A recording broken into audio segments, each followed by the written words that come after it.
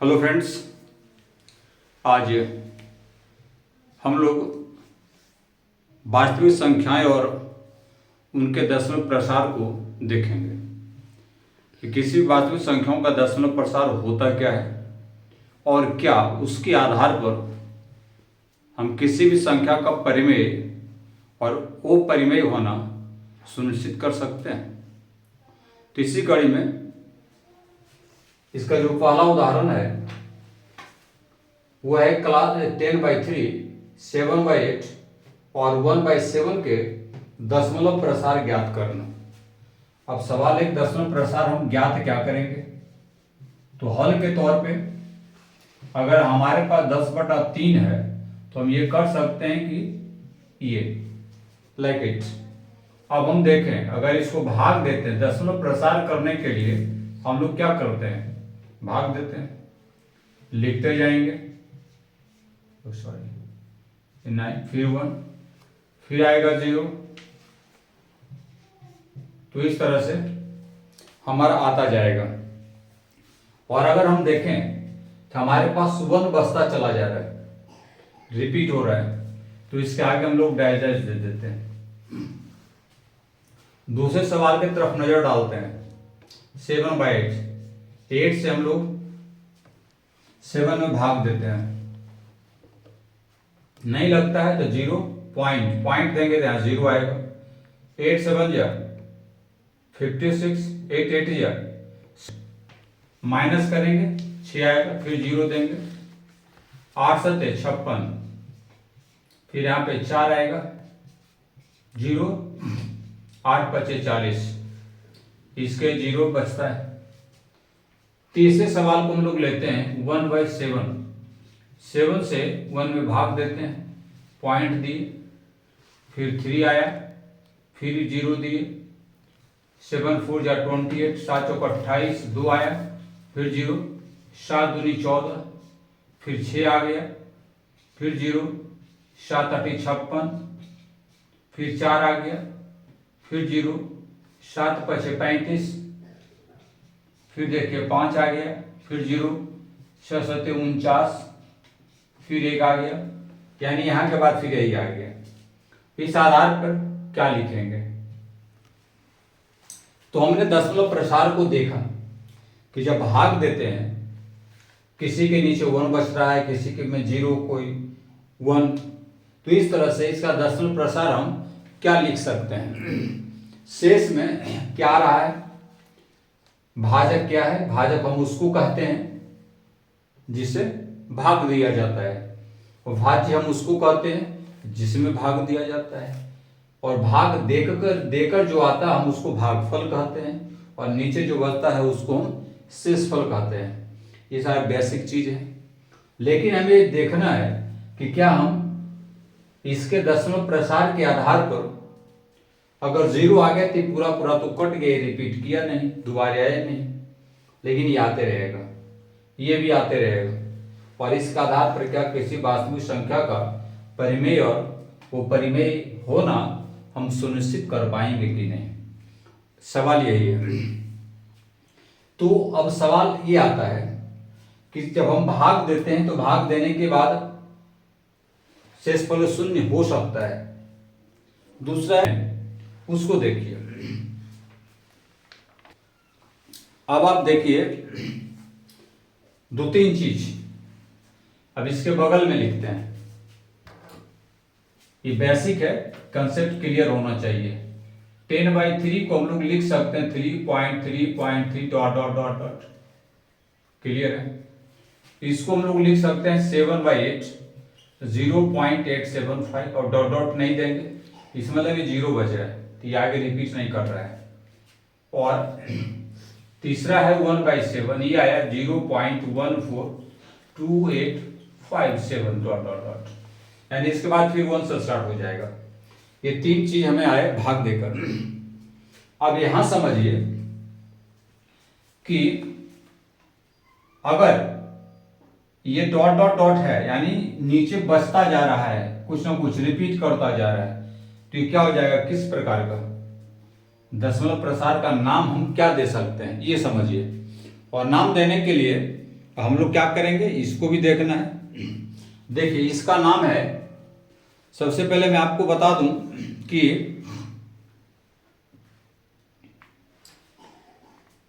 इसका जो नाम है अनबशानी, अनबशानी दशमलव, ठीक है। क्या हो जाएगा, अनबशानी आवर्ती, इसका प्रसार है नाम हो गया अनबशानी आवर्ती दशमलव, यानी नन टर्मिनेटिंग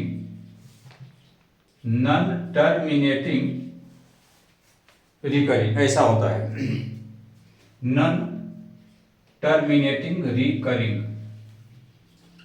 ये किस प्रकार का अनबशानी आवर्ती दशमलव है। इस पार्ट को क्या देखें, यहां भी देखिए वही बात है, इस यहां भी है, ये भी अनबशानी दशमलव है, आवर्ती दशमलव, अनबशानी आवर्ती, यानी कहने में साफ हो गया कि अगर कोई अंक रिपीट कर रहा है तो हमारा अनबशानी आवर्ती हो जाएगा। यानी इसको दूसरा नाम भी दे सकते हैं, इसको अशांत दशमलव भी कहेंगे। क्या कहेंगे, अशांत दशमलव, इसको भी यही कहेंगे, अशांत दशमलव। और जो रिपीट नहीं करता है उसको हम क्या कहेंगे, इस बात को समझिए, उसको हम लोग क्या कह सकते हैं,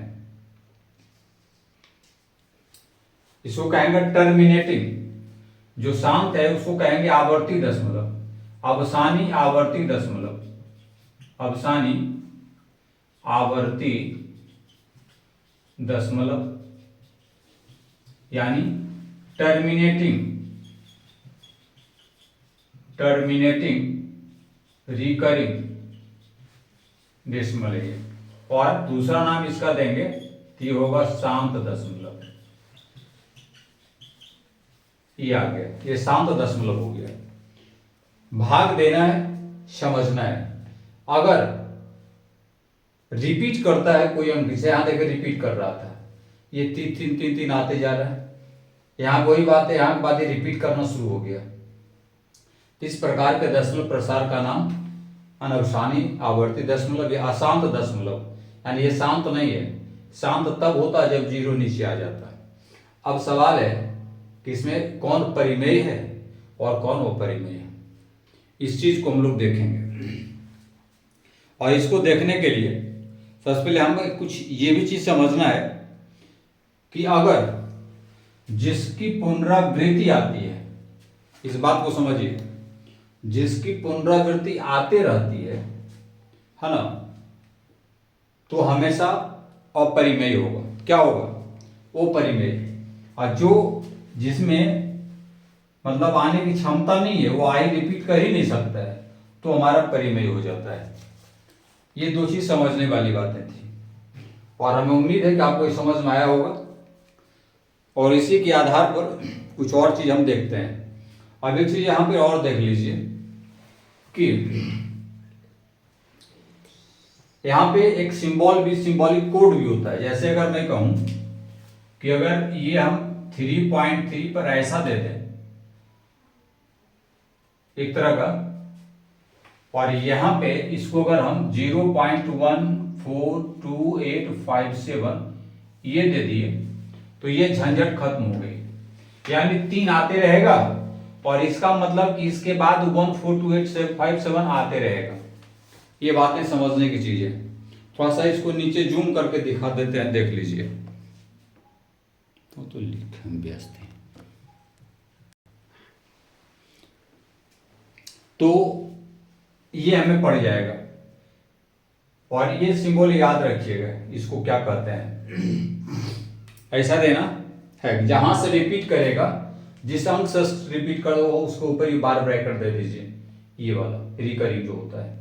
कहीं कहीं किसी बुक में पॉइंट भी दे देता है, तो समझिएगा, वो आगे अगर ऐसा सम आता है तो उसको हम बताएंगे। बट इसका दशमलव प्रसार को आप अच्छी तरह समझ लीजिए। फिर से मैं एक बार शॉर्ट बता देता हूं कि जब हम भाग देते हैं, भाजक से भाज्य में भाग देते हैं और भागफल के रूप में हमें जो मिले, लेकिन नीचे शेषफल अगर हमारा 1 आ रहा है, कुछ लेफ्ट हो रहा है, वहां से रिपीट करना फिर शुरू कर दिया, तो ये समझेंगे कि अनवसानी आवर्ती यानी नॉन टर्मिनेटिंग रिकरिंग डेसिमल और अशांत दशमलव भी कहा जाता है। और अगर किसी के रिमाइंडर में 0 बचता है, पूरा पूरा भाग लग जाता है, तो उसको हम कहते हैं शांत दशमलव है यानी अवसानी आवर्ती दशमलव है। ये समझने की चीजें थी। और जहां से अंक रिपीट करता है वहां तक हम लोग एक बार ब्रैकेट देते हैं इस तरह से, ये भी लिखने का तरीका है। ये इसका दशमलव प्रसार के बारे में। अब अगला जो हिसाब होगा, अगला जो चीज होगा, क्या इसके आधार पे हम परिमेय और परिमेय की गणना कर पाएंगे, बता पाएंगे? तो चलिए देखते हैं उसको। चलिए, तो उदाहरण नंबर हमारा ये 6 था। इसमें दिया है, दिखाइए कि 3.142678 एक परिमेय संख्या है। क्या आप इसको पी बाई क्यू के रूप में लिख सकते हैं या नहीं? अगर है तो लिखिए, नहीं है तो नहीं। देखिए, सबसे पहले अगर हम देखें, ये अनवसानी आवर्ती दशमलव तो है नहीं, क्योंकि इसके आगे आ नहीं रहा, बस ये समाप्त हो गया। क्लियर हो गया कि इसको हम लोग ऐसे लिख सकते हैं 3142678 बाई, पॉइंट के लिए 1 देते हैं, पॉइंट के बाद जितने अंक उतने 0। तो बताइए कि पी बाई क्यू का फॉर्म का हुआ कि? कहेंगे हाँ हुआ। अतः 3.142678 एक परिमेय संख्या है। क्यों है भैया? क्योंकि इसको हम पी बाई क्यू के रूप में व्यक्त कर सकते हैं। इसके आगे डॉट डॉट नहीं लिखा हुआ है, यानी परिमेय संख्या हो गया। और इसी कड़ी में उदाहरण नंबर 7 लेते हैं। देखिए, आपके किताब में उदाहरण नंबर 7 दिया गया होगा, उसको देख लीजिए। दिखाइए कि, मैं प्रश्न लिख देता हूं, यहां लिखा हुआ है, दिखाइए कि 0.3333 डॉट डॉट डॉट बराबर 0.3 इतना को पी वाई क्यू के रूप में व्यक्त किया जा सकता है। सवाल है ये, जहां पी और क्यू पूर्णांक है और क्यू बराबर 0 नहीं है, यानी यही प्रश्न मिला जुला कर। अब आप यहां देख लीजिए कि हमारे पास जो प्रश्न दिया है, वो प्रश्न क्या दे रखा है, जरा इसको क्लियर कीजिए। प्रश्न है 0.3333 डॉट डॉट डॉट, यानी इसको हम ऐसा लिख सकते हैं। भाई मैं पहले आपको बताया था कि इसको इतना लिखे, क्योंकि 3 रिपीट कर रहा ना, तो 3 पे बार ब्रैकेट दे देंगे। इसका मतलब ये बार बार आ रहा है। अब इसको हम अगर पी बाई क्यू के रूप में लिखें, तब कैसे लिखेंगे? इसका शॉर्ट ट्रिक भी है, लेकिन इसको पहले समझते हैं कि इसको कैसे लिखेंगे। एक काम करते हैं, सबसे पहले यहाँ पे देखिए, इसका सोल्यूशन लिखेंगे हम। इसको मान लीजिए, माना कि x equal to 0.3333 dot dot dot. अब पॉइंट के बाद एक अंक रिपीट कर रहा है। क्या कर रहा है? एक अंक। तो कुछ नियम, कुछ युक्ति हमें लगानी पड़ेगी। तो हमें लिखेंगे कि 10 से दोनों तरफ गुना करने पर। अब बोलिएगा कि 10 से क्यों गुना करेंगे? भैया 10 इसलिए गुना कर रहे हैं क्योंकि समझिए, क्योंकि पॉइंट बाद एक अंक रिपीट कर रहा है। अगर 2 अंक रिपीट करता है, से 3 4 3 4 3 4 3 4 3 3 4 3 3 4 ऐसा, तो अगर 2 अंक रिपीट करता तो 100 से गुना कर देते दोनों तरफ। अब इसको हम 1 कंसीडर कर लेते हैं और 10 से गुना करेंगे तो हम ऐसा लिख सकते हैं 10 गुने 0.333 डॉट डॉट डॉट। अब इसको जरा सॉल्व कीजिए तो ये 10x आ गया। ये पॉइंट एक अंक इधर हो जाएगा, आपको ये पता होना चाहिए। ये 2 आ गया। अब क्या कीजिए कि 2 में 1 को घटा दीजिए। क्या करेंगे? लिखिए समीकरण, बड़ा में छोटा घटा दीजिए। समीकरण 2 घटा 1 से कर दीजिए, तो आ गया 10x माइनस x, इधर 3.333 dot dot dot minus 0.333 dot dot dot, यानी आ जाएगा 9x इधर आ जाएगा सिर्फ 3 और x इक्वल टू आ जाएगा 3/9। सो x इक्वल टू कट के 1/3 बच जाता है। देखिए एक्चुअली ये p/q के रूप का है, तो हम कह सकते हैं कि इसको हम p/q के रूप में व्यक्त कर सकते हैं। हमारा सॉल्यूशन हो गया। अब आप बताइएगा इसका शॉर्ट ट्रिक बता दीजिए। चलिए हम शॉर्ट ट्रिक बता देते हैं, जहां जरूरत पड़ेगा बताते चलेंगे। तो अगर आ जाए, जैसे हमारे पास था इतना, इसको बदलना था p/q के रूप में, एक परिमेय संख्या के रूप में, तो क्या करेंगे, पहले तो 3 लिख देंगे और 10 रखे। 10 क्यों रखेंगे, क्योंकि दशमलव के बाद 1 अंक, तो दशमलव के लिए प्राय देते हैं 0 रहेगा। 10 10वां भाग है 10 और 1 अंक रिपीट कर रहा है, तो 1 घटा दीजिए, 3/9 कट के 1/3। ये हमारा p/q के रूप में आ गया। कहीं 2 अंक पर अगर बार ब्रैकेट देगा तो उसका भी ट्रिक हम बता देंगे, लेकिन हमें ये पैटर्न को समझना है कि इसको हम लोग कैसे लिख सकते हैं।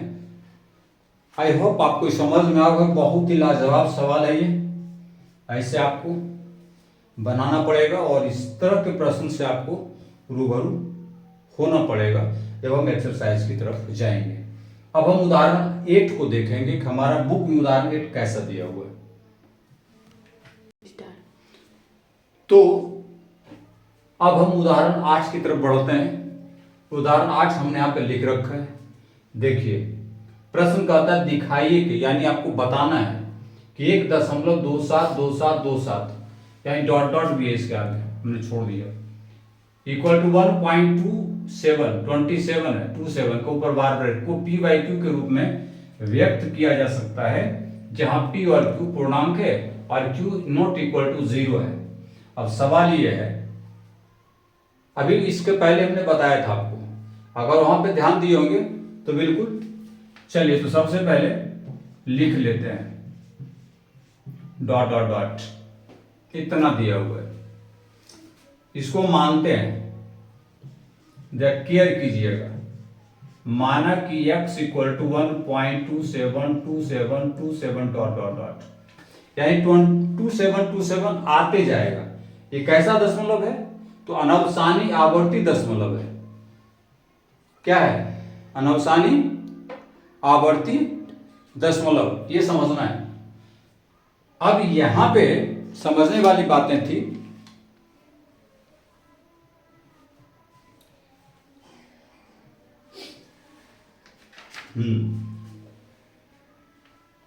पीछे में आपको मैं बताया था कि अगर पॉइंट के बाद 1 अंक रिपीट करना शुरू कर दे तो आप 10 से गुना कीजिए। यहां तो 2 अंक कर रहे हैं, 100 से गुना कर दीजिए, लेकिन आप लिख दीजिएगा कि दोनों तरफ, यानी LHS, ये LHS है, ये RHS है, बराबर के बाद वाले को हम लोग दाहिना पक्ष कहते हैं और बराबर के पहले वाले को हम लोग बाएं पक्ष कहते हैं, LHS।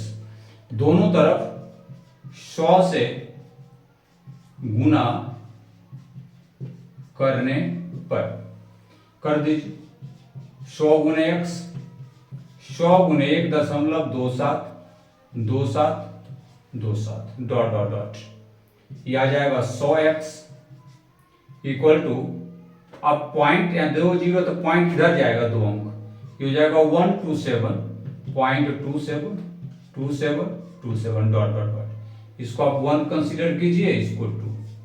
अब क्या करेंगे, समीकरण 2 घटाओ समीकरण 1 से, यानी बड़ा हम छोटा घटा देंगे, तो ये बड़ा है छोटा है, तो इधर आ जाएगा 100x minus x equal to इतना। तो ये और ये तो कैंसिल हो जाएगा, ये समझिए, पॉइंट के बाद वाला और पॉइंट के बाद वाला 2 मिनट कैंसिल, बचेगा ये और ये, तो 127 में 1 घटा दीजिए। क्या कर देना है, 127 में 1 को माइनस करना है, ये हमारे पास आएगा 99x और ये आएगा 126। सो x इक्वल टू 126/99 इतना आ जाता है। अगर आप उसको लगे कि नहीं इसको हम काट सकते हैं तो काटिए ना।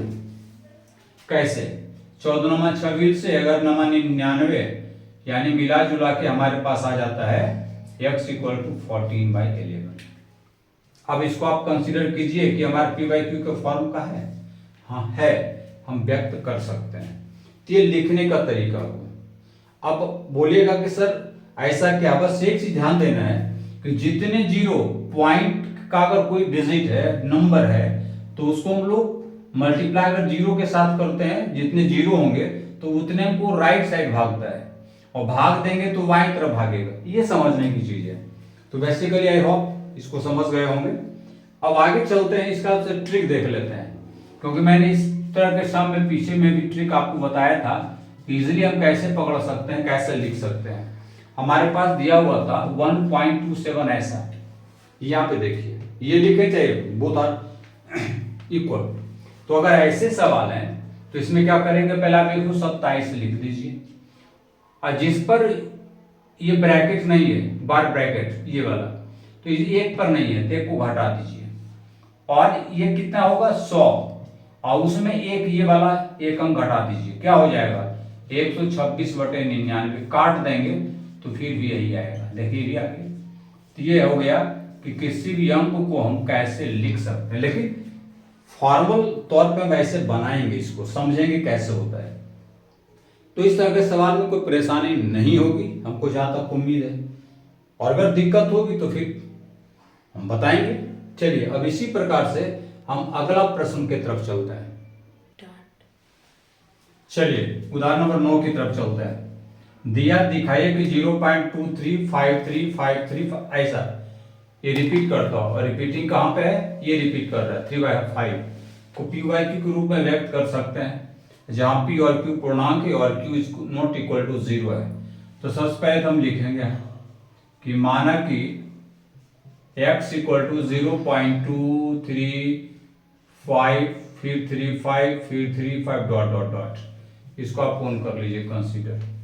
अब ध्यान दीजिएगा यहाँ पे क्या होने वाला है तमाशा, ये देखिए 35 रिपीट करता है, तो ऐसा करते हैं हम इसको 100 से गुना करते हैं। कितना से करेंगे, 100 से करेंगे।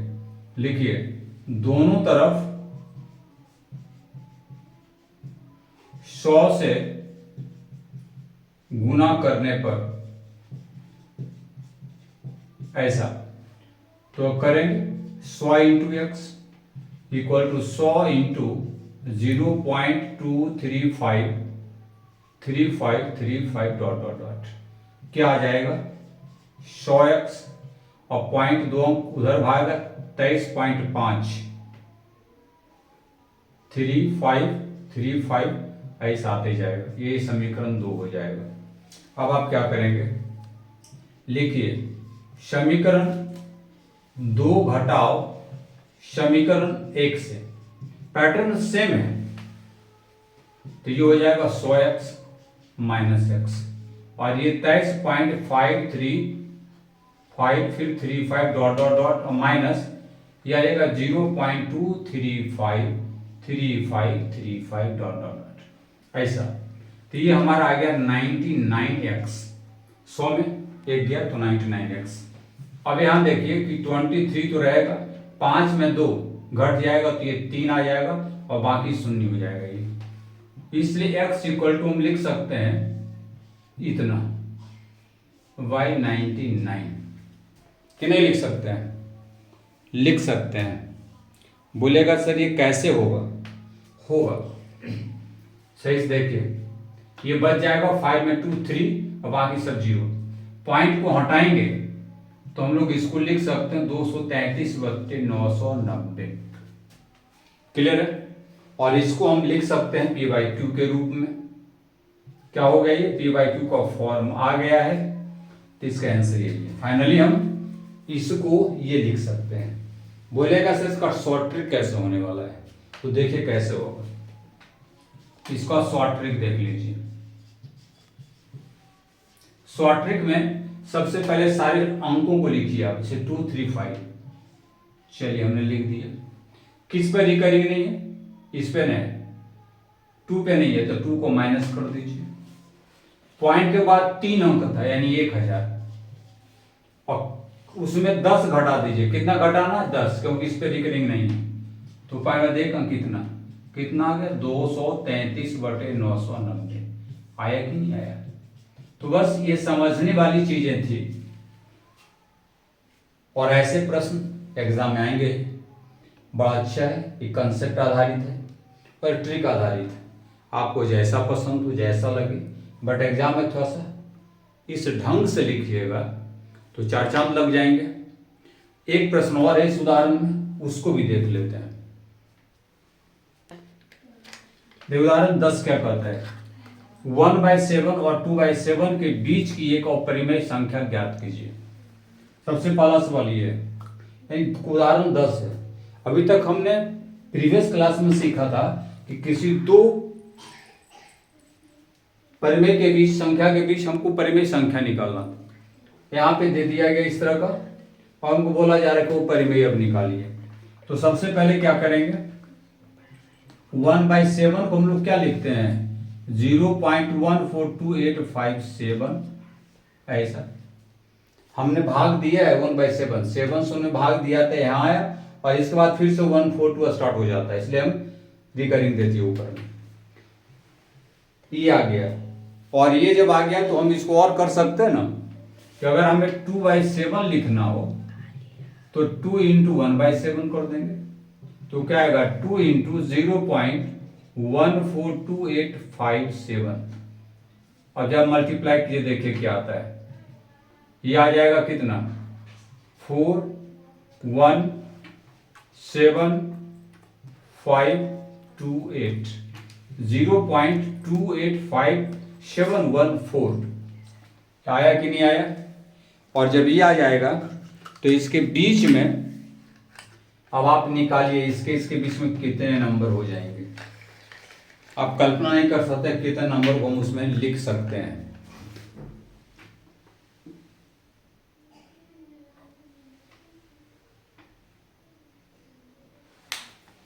तो अब इसके बीच में ऐसी संख्या को चुनना है जो अनवसानी और आवर्ती हो। कोई भी संख्या चुन सकते हैं, अनेक संख्या ये दोनों के बीच में, कोई काउंटिंग नहीं है, कोई लिमिटेशन नहीं है।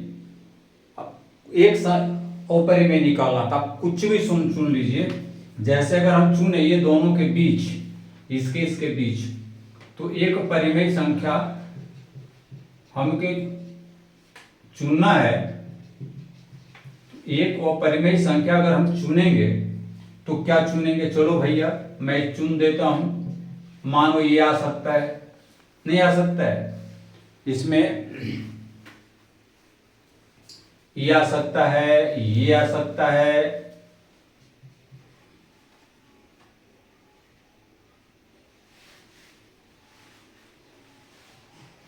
बहुत सा आ सकता है। तो ये सारी संख्या आ सकती है इसके बीच। और भी संख्या लिख सकते हैं, आ सकता है 0.142 है, तो मान लिया 142 के बाद 3 कर दीजिए 857, ये भी आ सकता है। यानी बहुत सारी संख्या आ सकती है। तो आपको जो लगता है इसके बीच में उचित, जो अनवसानी आवर्ती हो, उसको आप लिख सकते हैं। तो ये रहा आज का क्लास। और एक चीज, होमवर्क भी दे रहे हैं, आप होमवर्क में इसका एक्सरसाइज बना लेंगे। एक्सरसाइज नंबर कितना है जी, 1.3 आपको होमवर्क में। अगर आप ये सारे एग्जाम्पल को समझ चुके हैं बेहतर तरीके से, कोई क्वेरी अगर होगा तो बताइएगा। तो अगर इस सारे उदाहरणों को आप इजीली समझ चुके हैं तो आप इसको इजीली बना लेंगे। कहा भी जाता है कि अगर आप पूरे उदाहरण को यानी एग्जाम्पल को आप अच्छी तरह से समझ लेते हैं, एनसीईआरटी की खूबी है, तो समझिए आप 90 या 95% सम उस एक्सरसाइज का आप बना देंगे। क्योंकि सारे सम जो एक्सरसाइज में होते हैं वो इसके एग्जाम्पल से कहीं न कहीं रिलेटेड होते हैं। तो थोड़ा सा होमवर्क के तौर पे दिया गया है, और वहाँ की अगले क्लास में हम पूरे एक्सरसाइज का एक्सप्लेन करेंगे, बनाएंगे, देखेंगे, समझेंगे। और आज का क्लास आपको कैसा लगा कमेंट में जरूर लिखिएगा। किसी तरह का कोई दिक्कत हुआ होगा तो आप हमें बताइएगा। तो अभी तो बेसिक क्लास है, धीरे धीरे हम और आगे जाएंगे। बट एक गुजारिश है कि आप लोग का सपोर्ट, प्यारा आशीर्वाद अगर बना रहा तो जल्द हम एक नए रूप में भी आपको दिखाई देंगे। बट जरा कस कर लाइक कर दिया कीजिए, शेयर और सब्सक्राइब कर दिया कीजिए, ताकि हमें मोटिवेशन मिले और मैं आपके लिए और बेहतर से बेहतर कर सकूं। तो धन्यवाद, फिर मिलते हैं अगली क्लास में।